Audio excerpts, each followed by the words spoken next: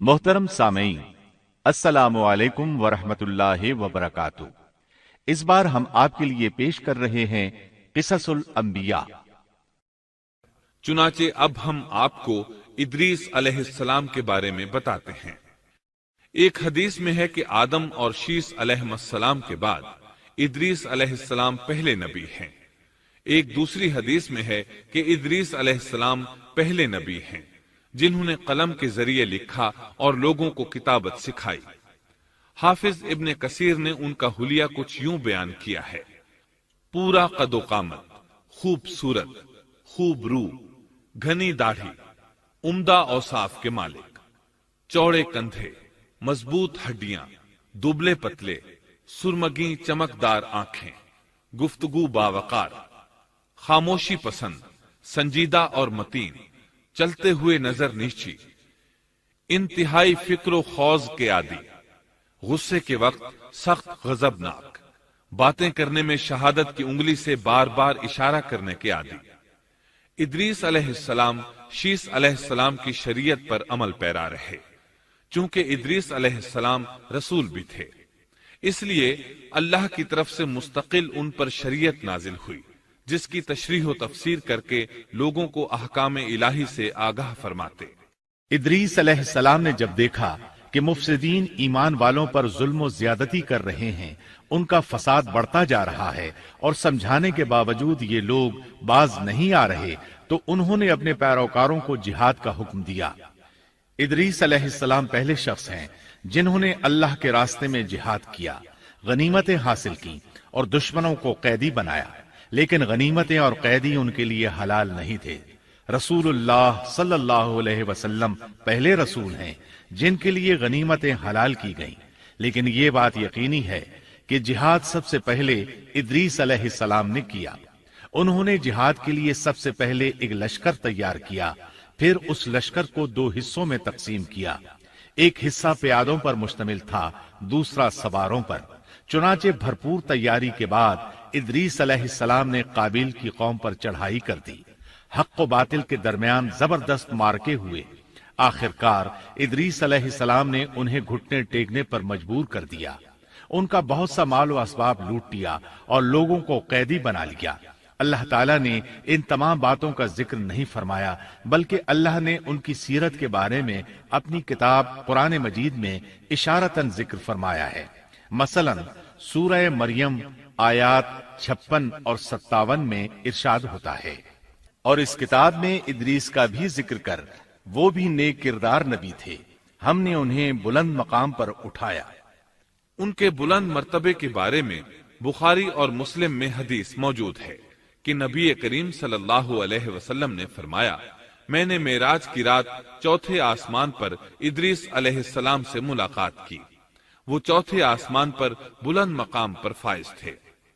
इब्ने Jarir ने एक रिवायत बयान की है। वो रिवायत इस बात की वजाहत करती है कि अल्लाह ताला के इरशाद वरफ़अनाहु मकानन अलिय्या से क्या मुराद है, इसका क्या मफहूम है।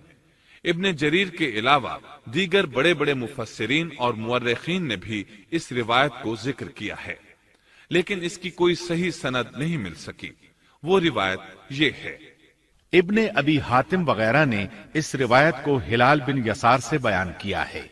वो कहते हैं, मेरी मौजूदगी में इब्ने अब्बास रज़ी अल्लाहु अन्हुमा ने काब रहमतुल्लाह अलैहि से पूछा, काब, इदरीस अलैहिस्सलाम के मुताल्लिक अल्लाह ताला के इस कौल वरफ़अनाहु मकानन अलिय्या, हमने उन्हें बुलंद मकाम पर उठा लिया, का क्या मतलब है।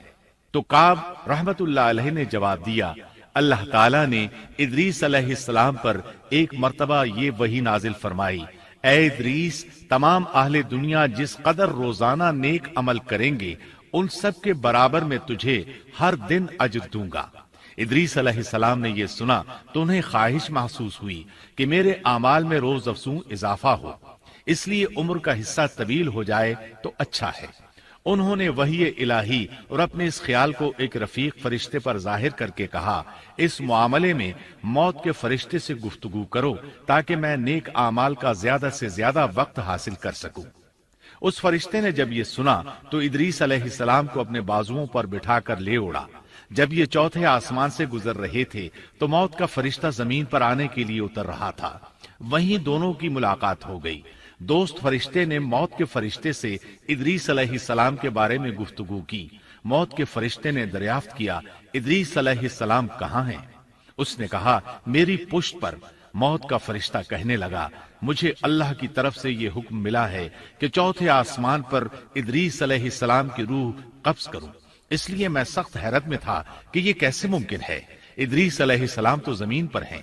چنانچہ موت کا فرشتہ ادریس علیہ السلام کے پاس آیا، ان سے اجازت طلب کی اور ان کی روح قبض کر لی۔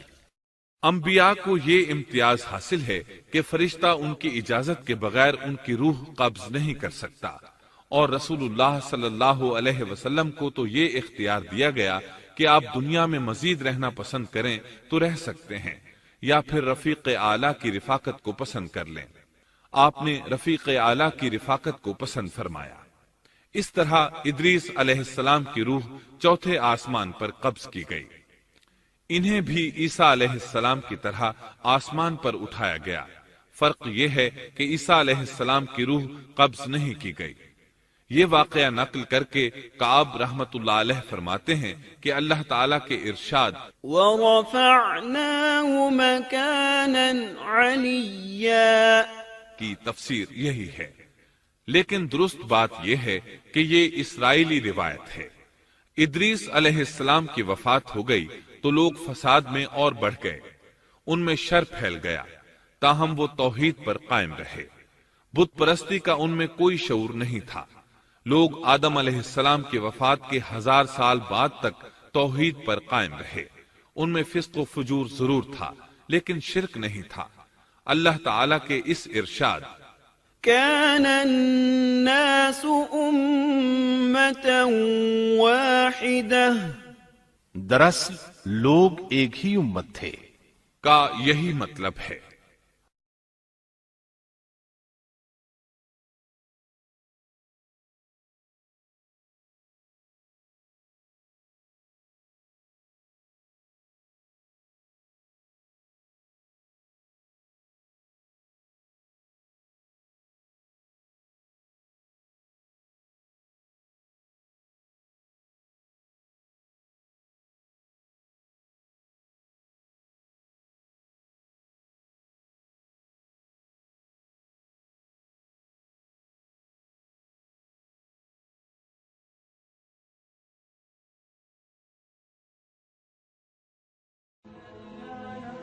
Thanks for watching. Don't forget to like, comment, share and subscribe to